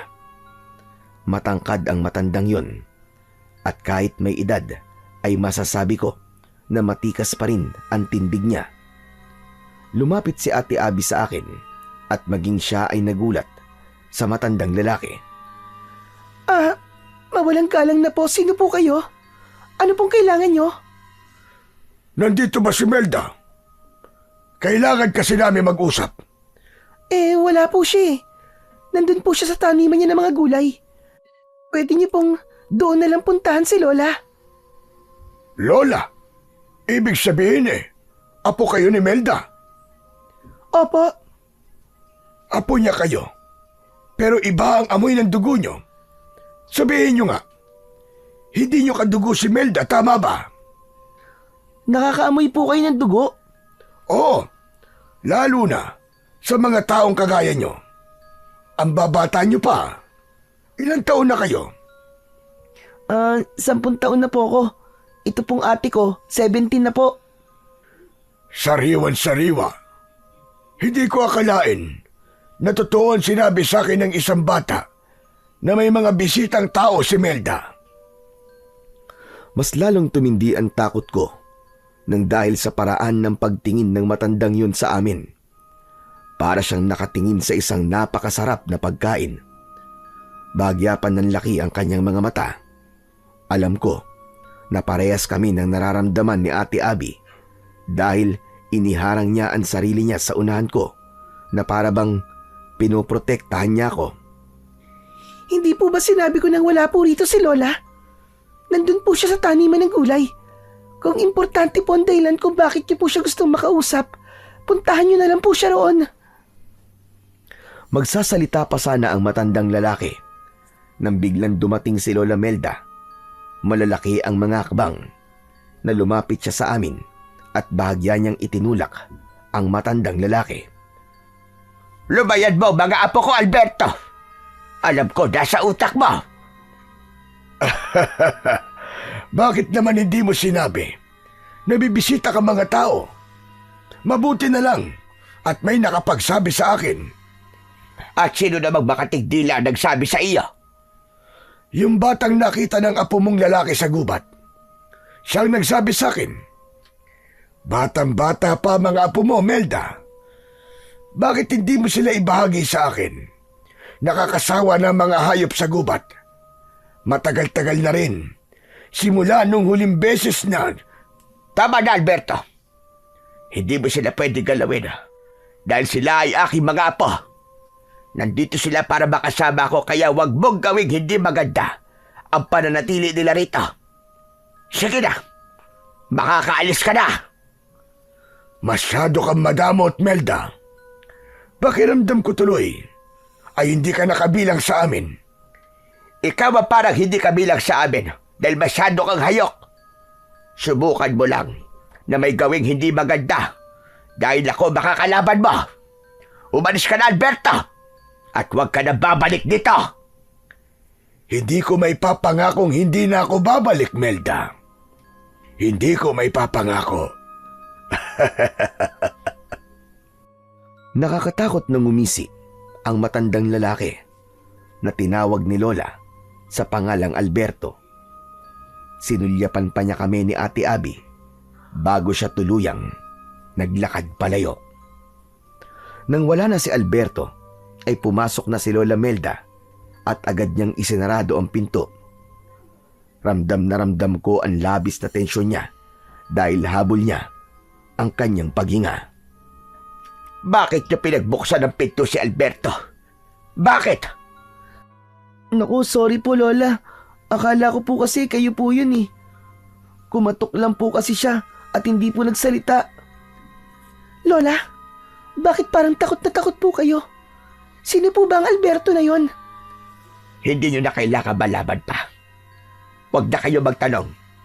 Basta, huwag na huwag kayo lalabas ng bahay ko kahit anong mangyari. Nagkakaintindihan ba tayo? Lola, sa tingin ko po, kailangan niyo na po sabihin sa amin kung ano ba talaga ang nangyayari. Pasensya na po. Pero, ramdam po namin ni Adrian na may itinatago po kayo sa amin. Hindi po biro ang mga sinabi ni Alberto. Anong ibig niya sabihin na bakit hindi mo kami ibahagi sa kanya? Lola, maaari pong bata pa kami, pero marunong na kami makaintindi. Kaya please lang po, sabihin niyo na po ang dapat naming malaman. Wow ate, ang galing mo ah. Para kang artista, para kang si Maricel Soriano ah. Pwede ba Adrian? Hindi ako nakikipagbiruan sa iyo ah. Seryoso ako ngayon. Tama ka. Tama ka, Abby. Oras na nga siguro para malaman niyo ang katotohanan. Total, alam na ni Alberto na nandito kayo. Kaya wala nang dahilan pa para maglihim ako. Mas makabubuti kung sa akin nyo na malalaman ang lahat kaysa sa iba. Itong baryo ito ng mga aswang. Lahat ng taong nakatira rito ay mga aswang. Kaya wala ritong bawang at asin. Ay dahil takot sa mga yon ang aswang. Lola, ang sabi ko ay ang totoo ang sabihin nyo. Bakit kayo gumagawa ng kwentong hindi naman totoo? Ang katotohanan na gusto nyo, hindi ba? Sinasabi ko na kung ano ang totoo. Kaya ako natakot nang malaman kong isang buwan kayong mananatili rito. Ay dahil alam kong mahihirapan akong itago kayo sa mga aswang na kagaya ni Alberto. Si Alberto ay isang aswang na hayok sa laman at dugo ng tao. Hindi siya nakukontento sa mga ligaw na hayop sa gubat. Kaya mapangalib siya sa mga taong kagaya nyo. Ang sabi niyo po ay aswang ang lahat ng nakatira rito. Pero, bakit po kayo nandito? Yun ay dahil isa rin akong aswang. Kinalabutan ako sa sinabing yun ni Lola Melda. Nagtayuan ang lahat ng mga balahibo ko sa katawan. Hanggang sa napayakap ako kay Ate Abby, sabay kaming napaatras nang dahil sa takot. Kung totoo po mga aswang, at isa kayong aswang Lola Melda, ang ibig sabihin po ay papatayin at kakainin mo kami. Hindi ko yan gagawin sa inyo. Dahil mga apo ko kayo. Mahal na mahal ko kayong dalawa. Bakit ako maniniwala sa inyo? Eh hindi mo naman kami kadugo. Hindi mo totoong anak si Mama. Sinagot ko na ang bagay na yan dati pa, Abby. Kahit hindi ko kadugo ang nanay ninyo, ay totoong anak ang turing ko sa kanya. Kaya hindi ko kayang saktan ang mga anak niya. Isipin nyo nga, kung masama akong aswang at kumakain ako ng tao, sa tingin nyo ba ay mabubuhay na matagal ang nanay nyo? Hindi ba dapat nung nakita ko siya sa gubat, ay pinatay at kinain ko na siya? Oo, isa akong aswang. Pero hindi ako pumapatay ng tao, gaya ni Alberto. Hindi muna nagsalita si Ate Abby. Habang ako naman ay nakatingin lang kay Lola Melda. Parang nadurog ang puso ko nang magsimulang lumuwa si Lola Melda. Maniwala kayo sa akin, mga apo. Hindi ko kayo kayang saktan. Mahal na mahal ko kayo. Dahil sa tuwing nakikita ko kayong dalawa, ay parang buhay na buhay pa rin ang inyong ina. Naramdaman ko ang sinseridad sa lahat ng sinabi ni Lola Melda. Lumapit ako sa kanya at walang takot ko siyang niyakap. Naniniwala po ako sa inyo, Lola. Kasi matagal na po kami rito ni Ate. Kung masama po kayong aswang, ay dapat dati pa kayo may ginawang hindi maganda sa amin. Sorry po kung nagduda po ako sa inyo. Natatakot lang po kasi ako eh. Naiintindihan ko kayo. Hindi ako galit sa inyo. Pero, paano po si Alberto? Paano po kung bumalik siya rito? Huwag kang mag-alala. Dahil gagawin ko ang lahat, kahit ialay ko pa ang sarili kong buhay, para lang maprotektahan kayong dalawa magkapatid. Nung inampun ko ang nanay nyo, ay ginawa ko ang lahat para protektahan siya mula kay Alberto. Kung nagawa ko noon, ay sigurado ko na magagawa ko ulit yun ngayon. At sa pagkakataong ito, kayo naman ang aking proprotektahan. Masumigpit ang pagkakayakap ko kay Lola Melda.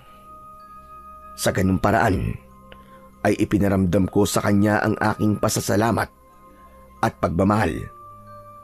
Dahil sa pagsasabi ni Lola sa amin ng totoo, ay doon ko naintindihan kung bakit ayaw niya kaming palabasin ng bahay at kung bakit marami siyang hindi sinasabi sa amin. Kahit bata pa ako, ay nauunawaan ko na mahirap para kay Lola Melda na aminin na isa siyang aswang dahil baka katakutan namin siya. Pero dahil sa napakabait niya at lalo na sa pag-aalaga niya noon kay Mama, ay mabilis naming natanggap ni Ate Abby kung sino at ano ang aming lola. Kinagabihan ay hindi kami naging kampante. Ayon kay Lola Melda, ay kailangan niyang magbantay dahil baka biglang dumating si Alberto. Hindi namin hinayaan na magbantay ng mag-isa si Lola, kaya hindi na rin kami natulog ni Ate Abby. Bukas umaga ay aalis na kayo rito. Ihahatid ko kayo doon sa bayan para makasiguro ako magiging ligtas kayo. Kaya niyo ba maglakad ng mahigit 2 oras? Kakayanin po namin. Pero kayo po, baka po hindi niyo po kayanin dahil matanda na po kayo. Malakas pa ako. Kaya wag akong isipin niyo. Pasensya na kayong dalawa kung napunta kayo sa ganitong sitwasyon. Kung hindi lang sana nalaman ni Alberto na nandito kayo, ay hindi kayo natatakot ngayon. Sorry po, Lola Melda. Ako po kasi ang dahilan kung bakit nalaman po ni Alberto na nandito po kami ni ate. Kung hindi po sana ako lumabas, ay hindi po ako makikita ng bata na nasa gubat. Wala na tayong magagawa pa roon para baguhin ang nakaraan. Ang kailangan na lang natin gawin ay labanan si Alberto kung kinakailangan. Isa pa, may kasalanan din ako sa inyo. Kung noon pa lamang ay sinabi ko na sa inyo ang totoo, ay mas maiintindihan nyo kung bakit hindi ko kayo pinapayagan na lumabas. May tanong pala ako sa inyo. Hindi ba kayo natatakot sa akin ngayong alam nyo na ako'y isang aswang? Ako po, Lola Melda, hindi po. Kasi alam ko pong mabait kayo. Ang astig nga po kasi may lola kaming aswang pero hindi po pumapatay ng tao. To be honest, Lola, nung unay natakot po ako. Akala ko po kasi, ay, gaya kayo ng mga aswang na napapanood ko po sa TV. Akala ko po, kumakain po kayo ng tao. Mga apo, hindi lahat ng aswang ay masasama. Merong kagaya ko na kontento na sa pagkain lamang ng mga ligaw na hayop. Marami kami, pero mas marami pa rin ang masasamang kagaya ni Alberto. Ang mga kagaya ng aswang ang perwisyo sa mga taong kagaya ninyo. Ako rin pala, Lola, may tatanong po ako sa inyo. Ikaw po ba yung aswang na nakita namin ni ate sa likod ng bahay nung nakaraang gabi? Oo, ako nga iyon. Pasensya na kayo kung natakot kayo sa akin. Sa gitna ng pag-uusap namin, ay narinig namin ang boses ni Alberto sa labas. Napasiksik kami ni Ate Abby sa isang sulok dahil sa labis na takot. Melda! Melda! Ilabas mo ang mga apo mo! Ibigay mo sila sa akin! Nag-usap na tayo kanina. Hindi mo sila pwede saktan, Alberto. Hindi ko sila ibibigay sa'yo. Hindi mo naman sila kadugo. Kaya bakit ganyan ang pagmamalasakit mo sa kanila? Hindi ko na kaya ang uhaw at gutom na nararamdaman ko. Kailangan ko nang kumain ng tao ngayon! Huwag ang mga apo ko pagdiskitahan mo. Umalis ka na, Alberto. Dahil hindi ka magtatagumpay sa gusto mo mangyari. Biglang tumahimik sa labas. Nakiramdam ako, pero hindi ko na naramdaman ang presensya ni Alberto. Lola, umalis na po ba siya? Wala na po ba si Alberto? Hindi pa. Nararamdaman ko nasa labas pa rin siya, apo. Hindi talaga titigil ang hayop na yan. Hanggat hindi niya kayo nakukuha. Ano po ang gagawin natin, Lola Melda?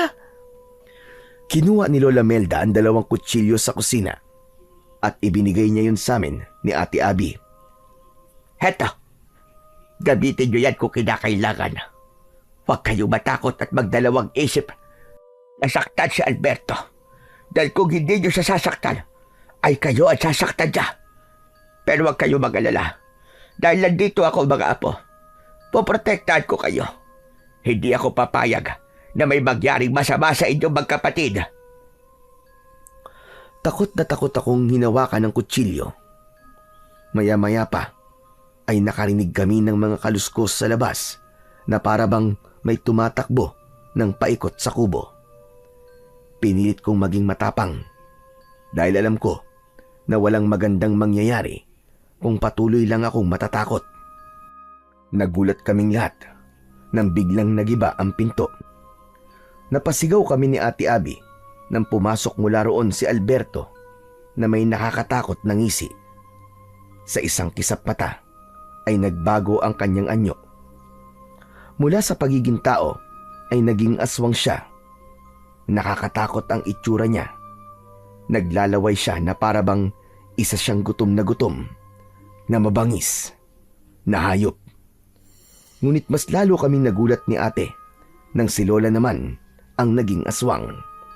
Tumayo siya sa harapan namin ni Ate Abby para hindi makalapit sa amin ang aswang na si Alberto. Subukan mo kumakbang ng isa pa at sisiguraduhin kong hindi mo magugustuhan ang gagawin ko sa'yo. Parehas tayong aswang, kaya hindi na dapat umabot pa sa ganon. Tigilan mo na ang pagpoprotekta mo sa mga taong yan, lalo na't hindi mo naman sila kadugo. Kahit na hindi ko sila kadugo, ay mga apo ko pa rin sila. Alam mo kakayahan ko, Alberto. Kaya kung gusto mo pang sikatan ka ng araw bukas, ay umalis ka na. Hindi ako aalis hanggat hindi ko nakukuha ang mga apo mo. Sinunggaban ni Alberto si Lola Melda. Sinalubong naman ito ni Lola at kinalmot niya si Alberto sa dibdib. Sandaling napaatras si Alberto pero agad din yung umatake. Tatakbo sana si Alberto papunta sa amin ni Ate Abby pero mabilis siyang hinawakan ni Lola sa balikat at hinila pabalik. Nanlaki ang mga mata ko nang walang kahirap-hirap na binalibag ni Lola si Alberto. Sinunggaban yun ni Lola Melda at kinagat sa leeg. Nang lumingon si Lola sa amin ay napasinghap kami dahil hindi kami sanay na makita siya na nasaan yung aswang. Hindi na makakabago nito si Alberto. Kunin niyo ang importante niyong mga gamit at aalis na kayo rito. Nagmamadaling kinuha ni Ate Abby ang wallet niya. Dinala rin namin ang aming mga cellphone. Bumalik na si Lola Melda sa pagiging tao at nagmamadali kaming lumabas ng bahay. Iniwanan namin si Alberto na halos hindi na makagalaw. Kailangan natin bilisan. Kailangan nyo na makaalis sa baryong ito sa lalo madaling panahon. Hindi po kaya masundan po tayo ni Alberto, Lola Melda? Sa tindi ng pinsala niya, ay hindi na yun makakasunod. Kaya wag mo na siyang alalahanin.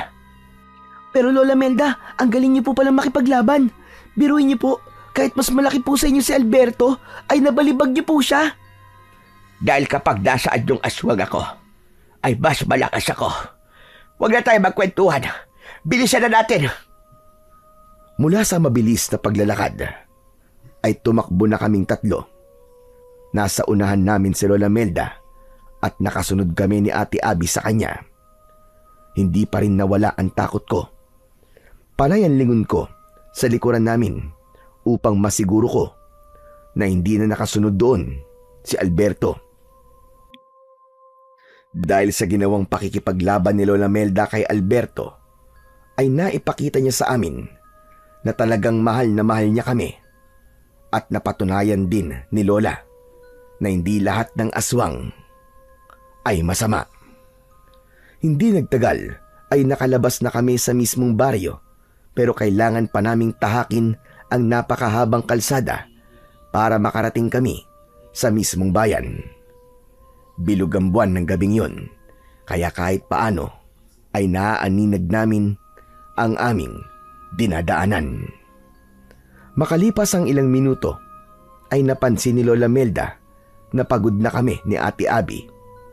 Doon na niya sinabi na maaari na kaming maglakad na lamang dahil mukhang hindi na kami masusundan ni Alberto. Lola, salamat po kasi iniligtas niyo po kami kay Alberto. Hindi nyo kailangan magpasalamat sa akin. Dahil ginawa ko lang ang gagawin ng isang lola kapag nasa panganib ang kanyang mga apo. Wala akong ibang gustong mangyari ngayon, kundi ang ligtas kayong makauwi sa inyong bahay sa Maynila. Kapag po ba naihatid niyo na po kami sa bayan, ay babalik pa po kayo sa baryo niyo? Oo, pero huwag kayo mag-alala sa akin. Dahil sigurado ko na hindi ako gagambalain ni Alberto kapag nalaman niya na wala na kayo sa bahay ko. Kayo lang naman ang gusto nung makuha, kaya siya nanggugulo. Ano po kaya? Kung sumama na lang po kayo sa amin, doon na lang po kayo tumira sa amin, Lola. Gustuhin ko man ay hindi maaari. Dahil ako ay isang aswang. May mga gabi na hindi ko kayang pigilan ang aking pagiging aswang dahil kailangan kong kumain ng sariwang karne ng hayop. Sigurado ko na kapag nalaman nyo ng mga tao sa inyong lugar, ay magiging malaking problema yon, hindi lang sa akin, kundi lalong-lalo na sa inyo. Biglang tumigil sa paglalakad si Lola Melda. Luminga siya sa paligid na para bang may nakikita siya na hindi namin nakikita ni Ate Abby. Lola, bakit po kayo minto? Si Alberto. Nararamdaman ko siya. Nasundan niya tayo. Mabilis kaming nagtago ni Ate sa likod ni Lola nang biglang lumitaw sa aming unahan si Alberto na nasa anyong aswang. Kahit sugatan na siya, ay parang hindi man lang siya nakakaramdam ng panghihina. Agad namang nag-anyong aswang ulit si Lola Melda at inihanda niya ang kanyang sarili sa muling pakikipaglaban kay Alberto. Sa tingin mo ba, Melda, ay hahayaan ko na makaalis sa mga apo mo? Sila ang magiging hapunan ko ngayong gabi. Gutom na ako. Kaya ibigay mo na sila sa akin para matapos na tayo rito. Nakakapagsisi na hindi pa kita tinuluyan kaninang animal ka. Ito tandaan mo. Kailangan mo muna dumaan sa ibabaw ng aking bangkay bago mo makuha ang aking mga apo. Kung ganon, ay ikaw muna ang papatayin ko para mawala na ang sagabal sa gusto kong mangyari. Sumugod ang aswang na si Alberto kay Lola Melda. Muli itong sinalubong ni Lola, pero nang malapit na sila sa isa't isa, ay bigla na lamang nawala si Alberto. Nagulat na lang kami nang sumulpot si Alberto sa likod ni Lola Melda at bumaon sa likod ni Lola ang matutulis nitong mga kuko. Mabilis na humarap si Lola Melda, pero sinalubong siya ng pagkagat ni Alberto sa balikat. Malakas na napasigaw si Lola Melda nang dahil sa labis na sakit. Umiiyak na kami noon ni Ate Abby dahil sa pag-aalala para sa aming lola. Kahit may hawak kaming kutsilyo, ay wala kaming lakas ng loob na labanan si Alberto dahil sa nakakatakot niyang anyo. Sinuntok ni Alberto sa sikmura si Lola Melda. Nanghihinang napaluhod sa lupa si Lola. Lola! Lola Melda! Tumakas na kayo. Sige na. Iwanan niyo na ako rito. Iligtas niyo ang mga buhay ninyo. Biglang niyakap ni Lola Melda si Alberto at kinagat niya yun sa leeg. Nagpumigla si Alberto, pero hindi yun pinakawalan ni Lola Melda. Umalis na kayo habang kaya ko pang pigilan ang hayop na ito. Sige na mga apo. Umalis na kayo. Pero Lola, hindi ka po namin pwedeng iwanan. Huwag niyo akong intindihin. Kaya ko ang sarili ko. Bilisan niyo na. Umalis na kayo. Adrian, tara na. Sundin na lang natin ang sinasabi ni Lola. Labag man sa aking kagustuhan na iwanan si Lola Melda sa ganung sitwasyon, ay wala na akong nagawa kundi ang sumama kay Ate Abby sa pagtakbo palayo. Nalagpasan namin sina Lola Melda at Alberto na nagpapambuno. Ate, si Lola, baka kung anong mangyari sa kanya. Wala na tayong magagawa para tulungan siya. Kailangan nating iligtas ang ating mga sarili. Hindi ko napigilang lumingon at nanlaki ang mga mata ko nang makita kong binuhat ni Alberto si Lola Melda at ibinalibag sa gitna ng kalsada. Padapang bumagsak si Lola at hindi na siya gumalaw. Ngumisi si Alberto at mabilis siyang sumugod papunta sa amin. Ate! Si Alberto!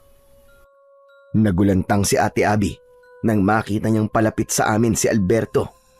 Ang buong akala ko ay tatakbo siya, pero iniharang niya ang kanyang sarili. Matapang niyang itinutok sa aswang ang hawak niyang kutsilyo. Huminto ang aswang ng ilan di pa ang layo sa amin at nakakaloko siyang tumawa. Nagmala ka pala sa yun, Lola. Parehas kayong matapang, Ining. Pero kung inaakala mo na matatakot ako sa kutsilyo mo, ay nagkakamali ka. Huwag mong sasaktan ng kapatid ko. Huwag mo na subukan. Dahil hindi ka magtatagumpay. Kung gusto mo makakain ng tao, ay ako na lang ang kunin mo. Hayaan mo na lang na makaalis sa kapatid ko. Hindi ikaw ang magdidesisyon kung sino ang kakainin ko sa inyong dalawa. Gusto ko kayong gawing hapunan ngayong gabi, kaya walang makakaligtas ni isa sa inyo. Mas lalo akong naluha dahil sa mga sinabi ni Ate Abby. Hindi ko kasi inasahan na kaya niyang isakripisyo ang sarili niyang buhay kahit palagi ko siyang inaasar at inaaway. Maya-maya pa ay biglang sumugod si Alberto sa amin. Napasigaw ako. Hinila ko si Ate Abby palayo pero ayaw niyang umalis sa kanyang kinatatayuan. Desidido na talaga siyang harapin ang aswang na si Alberto. Inakala ko nakatapusan na namin ni Ate Abby pero bigla kaming nakarinig ng magkakasunod na busina ng sasakyan sa likuran namin. Paglingon namin ay nakita namin ang sasakyan ni Papa na paparating. Dahil sa walang tigil na pagbusina ni Papa ay nakuha ko kagad ang ibig niyang sabihin. Hinila ko si ate papunta sa tabi ng kalsada. Kitang-kita ko ang malakas na pagbangga ng kotse kay Alberto. Sa lakas ng pagkakabangga sa kanya ay lumipad siya at bumagsak sa tabi ng kalsada kung saan ang gilid ay bangin. Pero hindi pa rin namatay si Alberto. Tumayo pa rin siya at bakas ang labis na galit sa mukha niya. Muli namang pinaandar ni Papa ang kotse at binangga nito sa pangalawang pagkakataon si Alberto na naging dahilan para mahulog siya ng tuluyan sa malalim na bangin. Nang bumaba si Papa sa kotse ay masaya kaming lumapit ni ate sa kanya. Maigpit namin siyang niyakap. Papa! Buti na lang at dumating ka. Akala namin mamamatay na kami ni ate. Mabuti na lang at sinunod ko ang aking kutob. Mangyaring kahapon pa kasi ako kinakabahan, kaya naisipan kong puntahan na kayo sa bahay ng lola nyo. Hindi ko naman akalain na ganito ang sasalubong sa akin dito. Sino ba ang lalaking yun? At bakit ganun ang itsura niya? Papa, aswang po siya. Ang totoo po niyan ay tumakas po kami sa kanya kasama po si Lola Melda. Teka, si Lola, kailangan po natin siya madala sa ospital. Nagmamadali naming nilapitan si Lola Melda na nasa anyong tao na. Ngumiti siya sa amin sa kabila ng mga sugat niya. Dexter, salamat naman at dumating ka. Ilayo mo na mga anak mo rito at huwag na kayong babalik dito kahit kailan. Kailangan po namin kayo madala sa ospital para magamot po mga sugat ninyo. Binuhat ni Papa si Lola. Inilagay niya si Lola sa backseat at sinamahan ko siya roon. Si Ate Abby naman ay sa unahan umupo. Nang umandar na ang sasakyan, ay doon ko nasabi sa akin sarili na ligtas na kami mula kay Alberto. Tinignan ko si Lola Melda at ngumiti ako sa kanya. Lola Melda, maraming salamat po. Mahal na mahal po kita. Lola, wag na po kayong mag-alala. Kasi, ligtas na po tayo. Nahihirapang ngumiti si Lola Melda. Ipinikit niya ang kanyang mga mata at isinandal niya ang ulo niya sa balikat ko. Nang gabing yun, napatunayan ko na kahit hindi namin kadugo si Lola Melda, ay handa pa rin siyang isakripisyo ang sarili niyang buhay para sa amin ng ate ko. Nang nadala na namin si Lola Melda sa malapit na ospital, ay doon na namin ipinaliwanag kay Papa ang lahat. Wala kaming inilihim sa kanya, kahit pa ang pagiging aswang ni Lola Melda. Nung una, ay halatang hindi niya matanggap ang mga sinabi namin. Pero nang si Lola Melda na mismo ang nagpaliwanag kay Papa, ay doon na siya naniwala.